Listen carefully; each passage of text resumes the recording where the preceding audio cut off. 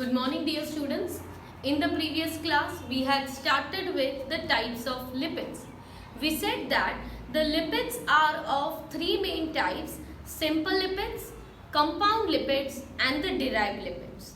हमने simple lipids की बात की थी जिसमें न्यूट्रल फैट्स इंक्लूड होते हैं.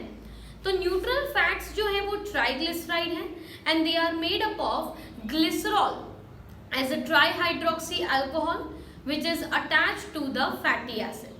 There will be presence of 3 fatty acids if we talk about triglycerides, 2 if we talk about diglycerides, and only 1 fatty acid will be attached if we talk about monoglycerides. We also said that if all the 3 fatty acids are same, it will be known as true fats, and if the fatty acids were different, it will be known as the mixed fats. The neutral fats can be of two types, that is hard fats and oil, where oils are having property of unsaturated fatty acids, whereas the hard fats will be having the property of saturated fatty acids. So in this way, we have discussed about the neutral fats. The next type of simple lipids. So we are still continuing with the topic of simple lipids, and simple lipids will be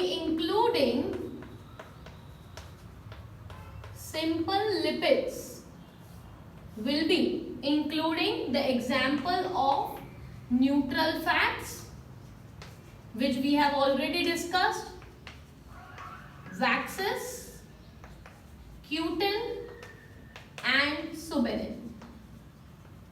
So we have discussed that what are neutral fats and their characteristics. Now we are discussing about the second example, that is the waxes. तो neutral fats और waxes में क्या difference होता है? तो जो waxes होते हैं they are made up of a monohydroxy alcohol attached to the fatty acid. जैसे न्यूट्रल फैट्स में ट्राईहाइड्रोक्सी अल्कोहल था which was attached to fatty acid, यहाँ पे जो अल्कोहल है वो है monohydroxy alcohol. So here we will mention that they are formed by monohydroxy alcohol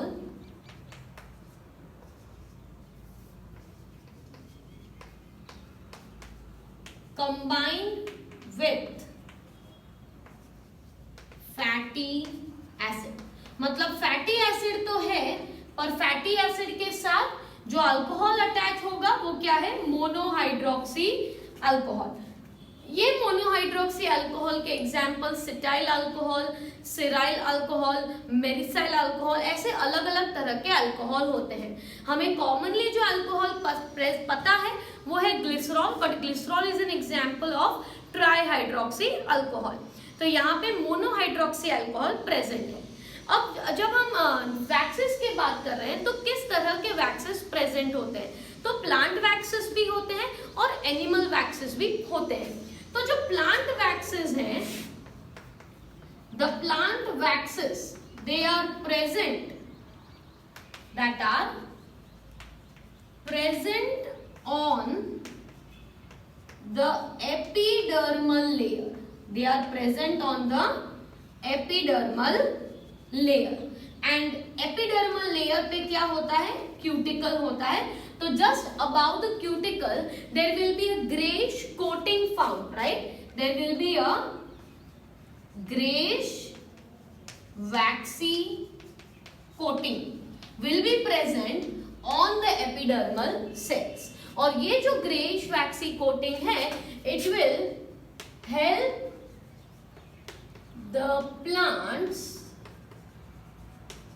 to float, right? अगर वो एक्वेटिक प्लांट है तो एक्वेटिक प्लांट जो होंगे they will be floating just because of this coating, that is waxy coating. Moreover, they will be prevented from complete wetting and decaying, right? जो leaves होंगे वो पानी में होने के बावजूद decay नहीं हो जाएंगे या wet पूरे नहीं हो जाएंगे because they have a protective waxy layer upon themselves, and that is the plant wax, right? उसके अलावा अगर हम animal waxes की बात करें तो एनिमल वैक्सेस में पहले हम बात करेंगे about lanolin. Lanolin is a type of wax present on और wax that is present on the animal fur. जो एनिमल्स में फर होता है, तो फर को अगर आपने ऑब्जर्व किया हो तो the fur never gets wet, right. जो फर होता है एनिमल में वो वेट नहीं हो जाता, right. They can immediately drain off the water that is attached to their surface and that animal fur will be having the wax known as lanolin. इसके अलावा दूसरे तरह का वैक्स होता है जिसे कहते हैं सिरुमिन. और सिरुमिन जो है that is the ear wax, जो हमारे ईयर्स में प्रोड्यूस होता है by the for the protection of ear drum. तो ईयर ड्रम को प्रोटेक्ट करने के लिए ईयर में भी एक तरह का वैक्स प्रोड्यूस होता है जिसे सिरुमिन वैक्स कहते हैं. तो ये एक ईयर वैक्स हुआ.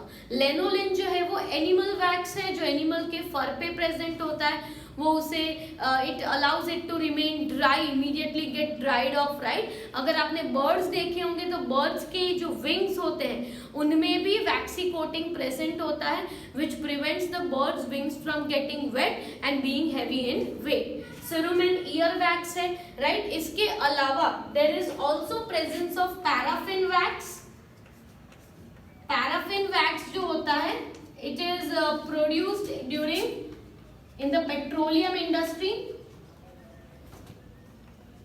और पैराफिन वैक्स जो है it is used for preparation of candles, right.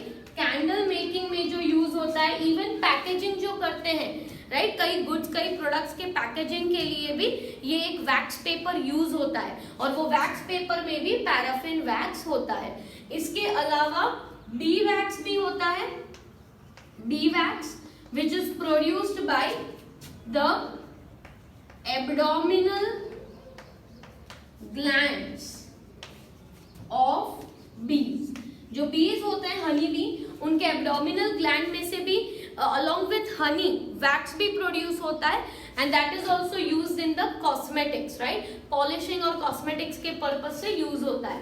तो यहाँ पे हमने वैक्सेस की बात की है. तो वैक्सेस जो होते हैं उनमें फैटी एसिड और अल्कोहल होता है, पर ये अल्कोहल मोनोहाइड्रोक्सी अल्कोहल है, लाइक सिराइल और सिटाइल अल्कोहल. प्लांट वैक्सेस जो होते हैं वो प्लांट के सरफेस को प्रोटेक्ट करते हैं फ्रॉम गेटिंग वेट और from getting submerged, right. They help the plants to float. Whereas animal waxes can be of different types. Lanolin wax, cerumen wax, paraffin wax and bee wax. So that is all about the waxes. Next we talk about cutin.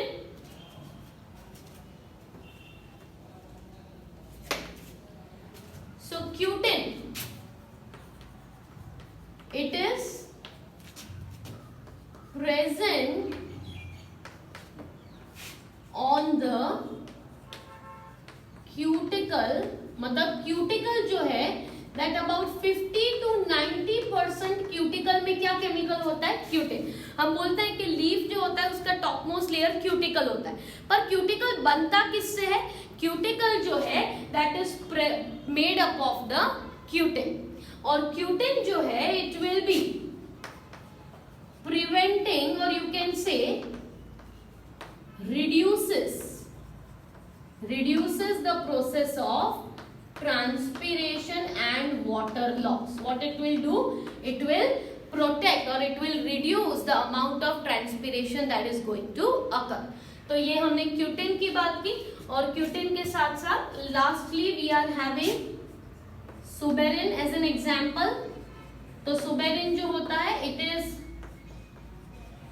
Present in the cell wall of plant cell. Suberin जो होता है वो plant cell की cell wall में present होता है. और ये जो सुबेरिन है जो सेल वॉल में प्रेजेंट होता है that will be makes the cell wall hard and rigid.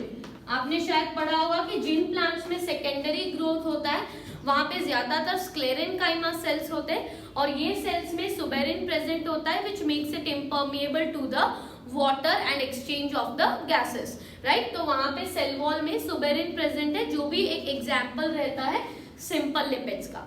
So all this were the examples of simple lipids. Now we need to understand the examples of the compound lipids. तो हम यहाँ पे compound lipids heading दे देते हैं।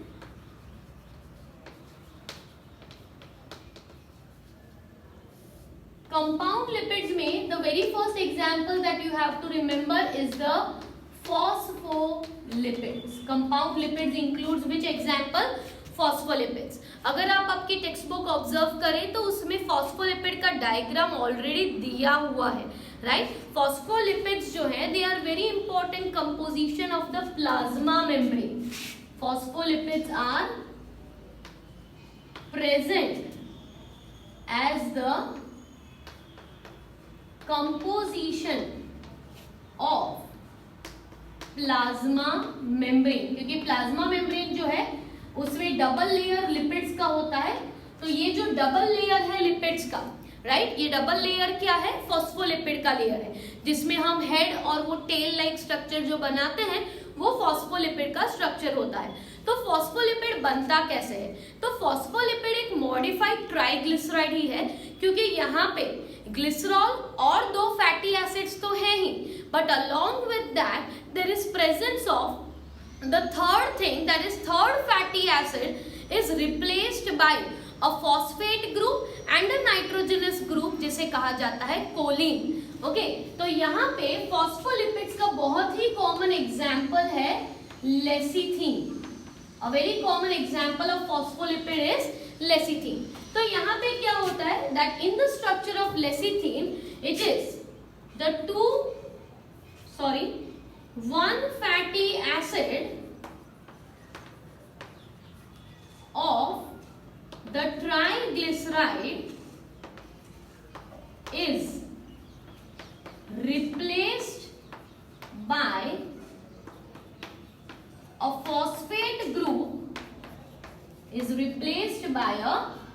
phosphate group, and a nitrogenous group which is known as choline।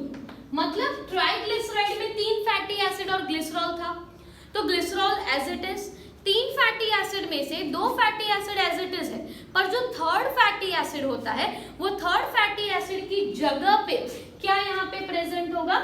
एक phosphate group होगा और एक नाइट्रोजनस ग्रुप होगा जिसे कहा जाता है choline. There will be a nitrogenous group called choline.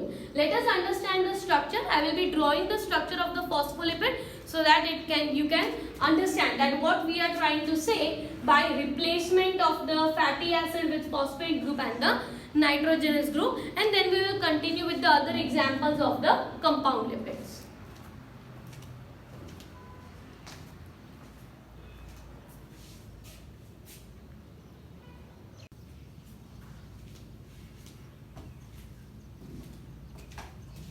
So in types of lipids we have discussed about the simple lipids which includes the neutral fats जिसके बारे में हमने previously बात की है।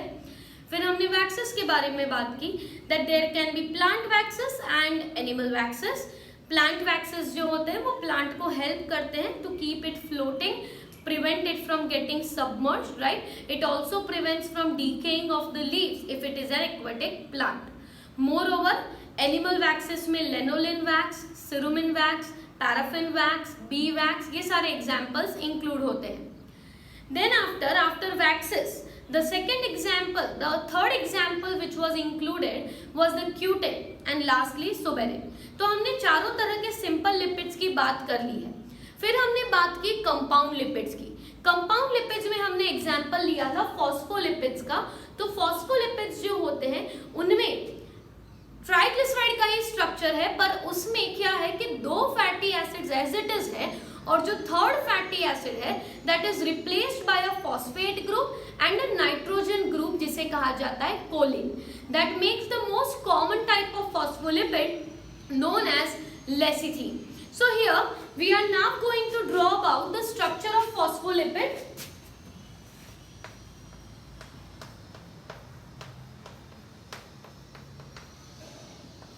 तो phospholipid जो है, it will be having the structure.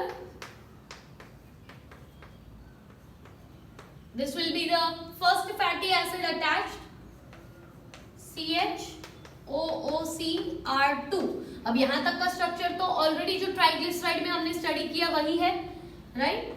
तो थर्ड पोजीशन पे एक चेंज आ जाता है, that is attachment of a phosphate group. Along with phosphate group, there will be CH2 for 2 times, and there will be a nitrogen to which attached are CH3, CH3, CH3. तो यहाँ पे ये जो structure है ये nitrogen group है और इस नाइट्रोजन ग्रुप को कहा जाता है choline. Okay, and this is nothing but the phosphate group. तो एक तरफ फॉस्फेट ग्रुप है और साथ साथ में कोलिन है. तो ये स्ट्रक्चर होता है फॉस्फोलिपिड का. जैसे आप देख सकते हो कि यहाँ पे एक मॉडिफाइड मतलब अल्कोहल और फैटी एसिड के अलावा फॉस्फेट ग्रुप और कोलिन प्रेजेंट है, इसीलिए इनको फॉस्फोलिपिड्स को हम कंपाउंड लिपिड्स में इंक्लूड करते हैं या तो कॉन्जुगेटेड लिपिड्स में इंक्लूड करते हैं.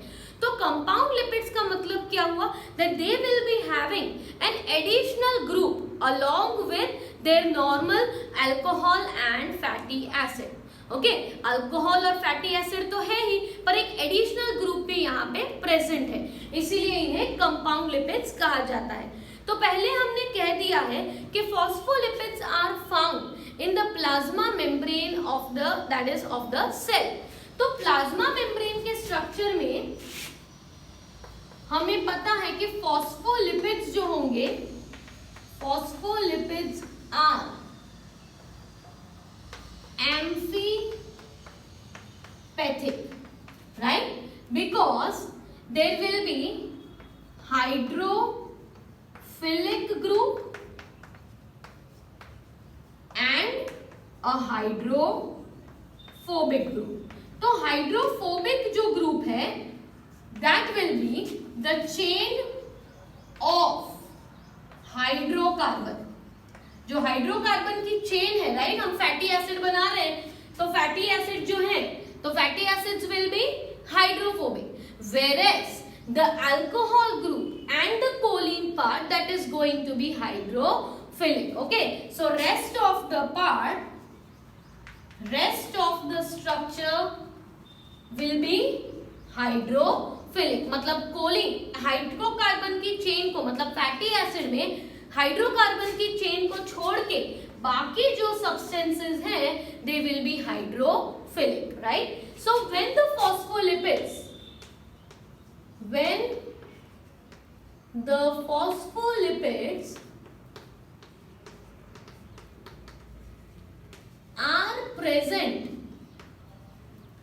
are present in aqueous solution, they form a lipid bilayer. So when they are present in an aqueous solution, what they are going to form? A lipid bilayer, जिसमें heads जो होंगे they are hydrophilic, right? Heads जो है वो hydrophilic है, they will be towards the water, and the tail will be hydrophobic and it will be against the water. So that will be the structure of the phospholipids and its importance, that where it is present. The second type of compound lipids, ये तो एक first type का compound lipid था जिसके बारे में हमने बात की. Second example of compound lipid is sphingolipids. Compound lipids में और एक एग्जांपल इंक्लूड होता है स्फिंगोलिपिड्स. तो ये जो स्फिंगोलिपिड्स हैं, these are having presence of amino alcohol known as sphingosine. इनमें क्या होता है, एक एमिनो अल्कोहल प्रेजेंट है जिसे कहा जाता है स्फिंगोसाइन. और स्फिंगोलिपिड्स कहाँ पे प्रेजेंट होते हैं? So they are present in the myelin sheath of nerve cells. In the myelin sheath, आपने नर्व सेल का स्ट्रक्चर पढ़ा होगा जहाँ पे ग्रे मैटर और व्हाइट मैटर में बहुत से नर्व सेल्स प्रेजेंट होते हैं.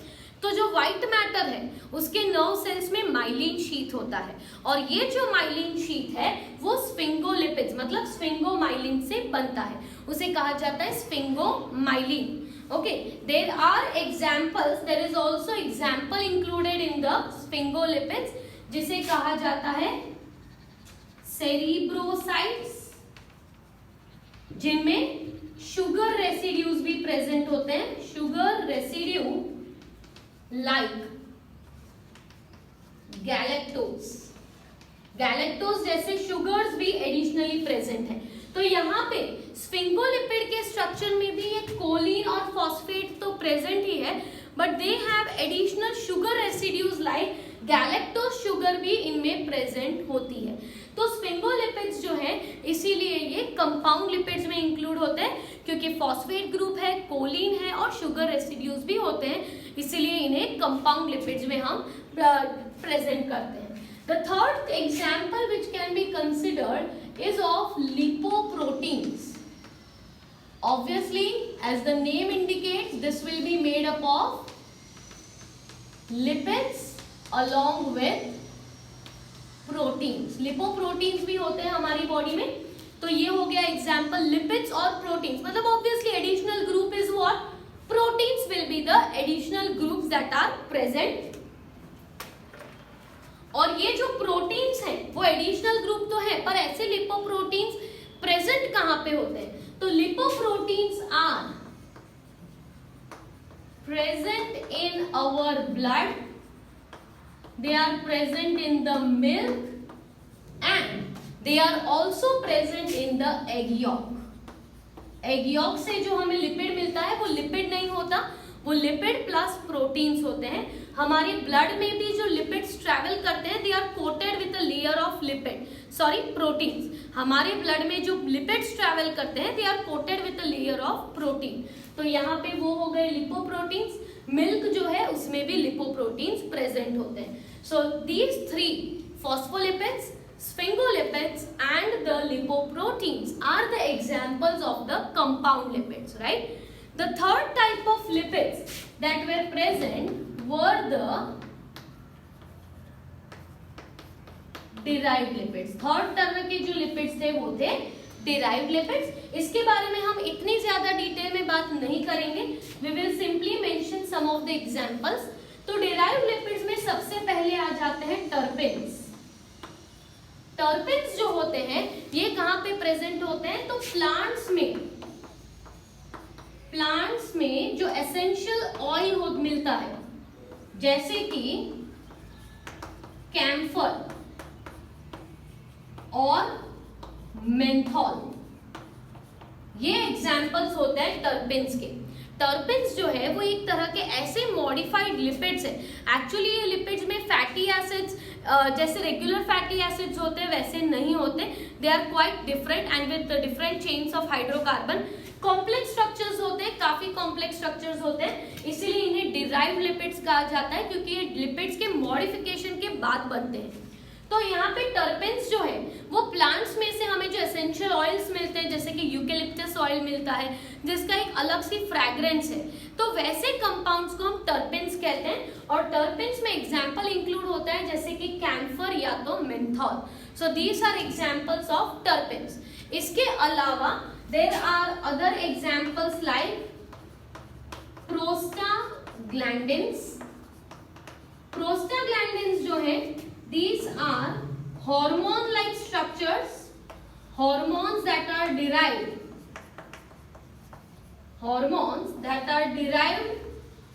from, मतलब ये कहाँ से बनते हैं? तो derived from the 20 carbon arachidonic acid. जो 20 कार्बन एराकिडोनिक एसिड है, इस एराकिडोनिक एसिड के मॉडिफाइड प्रोडक्ट है प्रोस्टाग्लैंडिन्स. और प्रोस्टाग्लैंडिन्स जो है they are potential constrictors and dilators.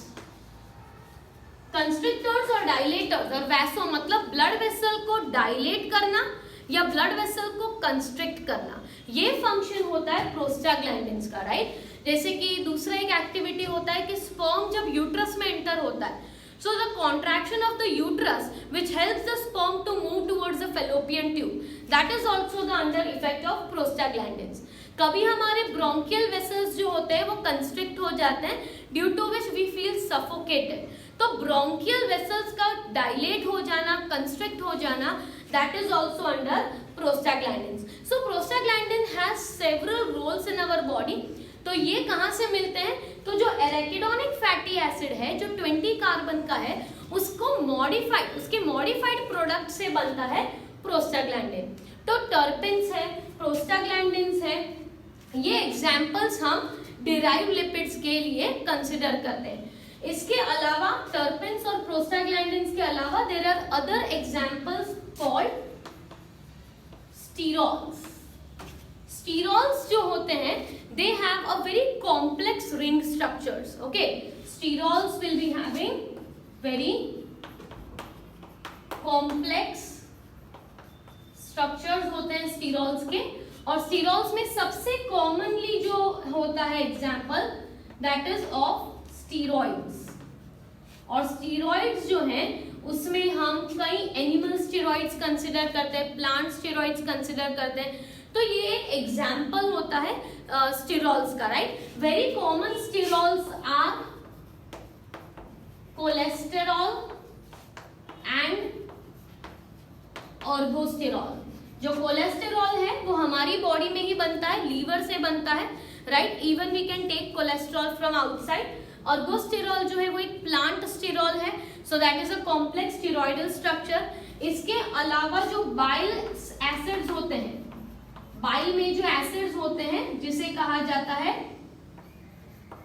Glycolic acid and टॉर्कोलिक acid, ये जो हमारी बॉडी में बाइल बनता है उसमें बाइल सॉल्ट होते हैं और बाइल पिगमेंट होते हैं। तो जो बाइल सॉल्ट है that is also modified product of the steroids. Okay, इसके अलावा जो हॉर्मोन्स हैं जैसे कि the female sex hormones like estrogen, progesterone, these are also included in the steroids. That is steroids के example estrogen, progesterone, modified animal steroid है, humans में जो होता है testosterone, वो सारे ही examples जो है वो steroids में include होते हैं। तो इनमें सबसे ज्यादा common जो है वो है कोलेस्टेरॉल। कोलेस्टेरॉल जो है it has a formula of C27H45OH। तो ये काफी कॉम्प्लेक्स स्ट्रक्चर है C27H45OH। कोलेस्टेरॉल जो है वो हमारी बॉडी में लीवर सिंथेसाइज करता है। Even we can have cholesterol from outside. तो जो डाइट हम बाहर से लेते हैं उसमें भी कोलेस्टेरॉल होता है, पर कोलेस्टेरॉल जो है इट इज कंप्लीटली इनसॉल्युबल। तो इसकी वजह से क्या होता है कि कोलेस्टेरॉल आर्टरीज में डिपॉजिट हो जाता है and it results into a disease जिसे कहते हैं एथेरोस्क्लेरोसिस, और जिसमें आर्टरीज जो है वो ब्लॉक हो जाती है, जिसकी वजह से ब्लड फ्लो जो है आर्टरीज में वो रिड्यूस हो जाता है। फ्लो रिड्यूस हो जाने की वजह से प्रेशर बढ़ जाता है और जिसकी वजह से हार्ट रिलेटेड प्रॉब्लम्स होते हैं। तो कोलेस्टेरॉल जो है that is synthesised in our body and it is there are two types of cholesterol. Some amount of cholesterol is good for our body जिसे हम good cholesterol कहते हैं, और excessive deposition in the arteries which causes the diseased condition atherosclerosis, तो उसे bad cholesterol भी कहा जाता है। तो ये हो गया हमारा टॉपिक लिपिड्स का।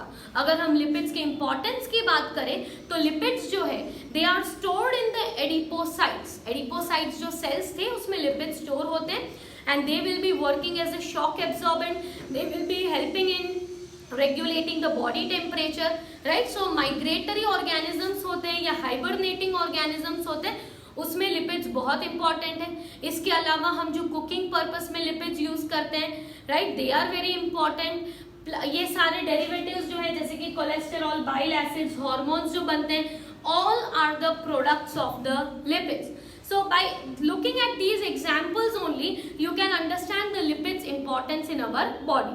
But remember one thing, lipids सिर्फ माइक्रोमोलिक्यूल्स होते हैं, इसलिए इनमें कोई मैक्रोमोलिक्यूल फॉर्म हम पढ़ते नहीं हैं.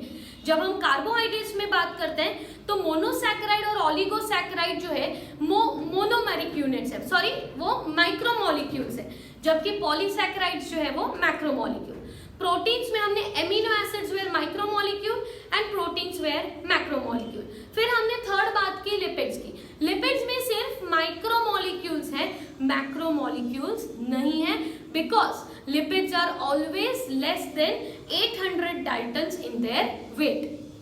फोर्थ जिसके बारे में हम बात करेंगे वो है nucleotides which will be forming the nucleic acids. So 3 organic substances we have already discussed, and in the next class we are going to discuss about the 4th organic substance, that is the nucleic acids and the nucleotides.